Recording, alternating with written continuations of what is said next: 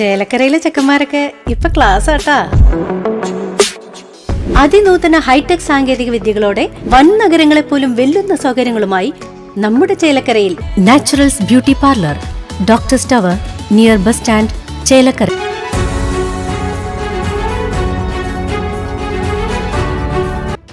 ചേലക്കരയിൽ പുറമ്പോക്ക് ഭൂമി ഒഴിപ്പിക്കൽ വീണ്ടും ഒഴിയില്ലെന്ന വാശിയിൽ വീട്ടുകാർ. വൻ പോലീസ് സന്നാഹത്തോടെ സുപ്രീം കോടതി വിധി നടപ്പിലാക്കുന്നു.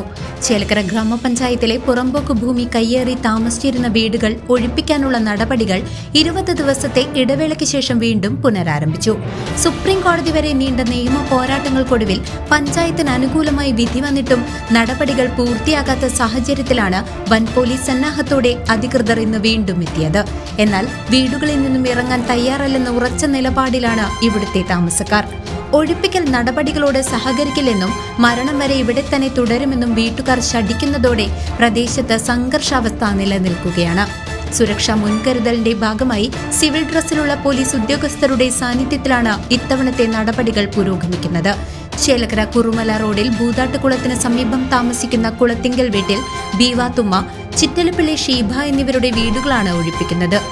2014 ഓംബുഡ്സ്മാനിൽ തുടങ്ങിയ പരാതി വിവിധ കോടതികൾ കടന്ന് സുപ്രീം കോടതിയിലെത്തി പഞ്ചായത്തിന് അനുകൂലമായി തീർപ്പാവുകയായിരുന്നു. പലതവണ നോട്ടീസ് നൽകിയിട്ടും ഒഴിഞ്ഞു പോകാത്തതിനെ തുടർന്ന് പഞ്ചായത്ത് സെക്രട്ടറിക്കെതിരെ കോടതി അലക്ഷ്യ ഹർജി വരാനിരിക്കുന്ന സാഹചര്യത്തിലാണ് കടുത്ത നടപടികളിലേക്ക് പഞ്ചായത്ത് നീങ്ങിയത്. വീട്ടുകാരുടെ ശക്തമായ പ്രതിഷേധങ്ങൾക്കിടയിലും നിയമപരമായ നടപടിക്രമങ്ങളുമായി മുന്നോട്ടു പോകാനാണ് പഞ്ചായത്ത് അധികൃതരുടെ തീരുമാനം. CCV news, Chelakkara.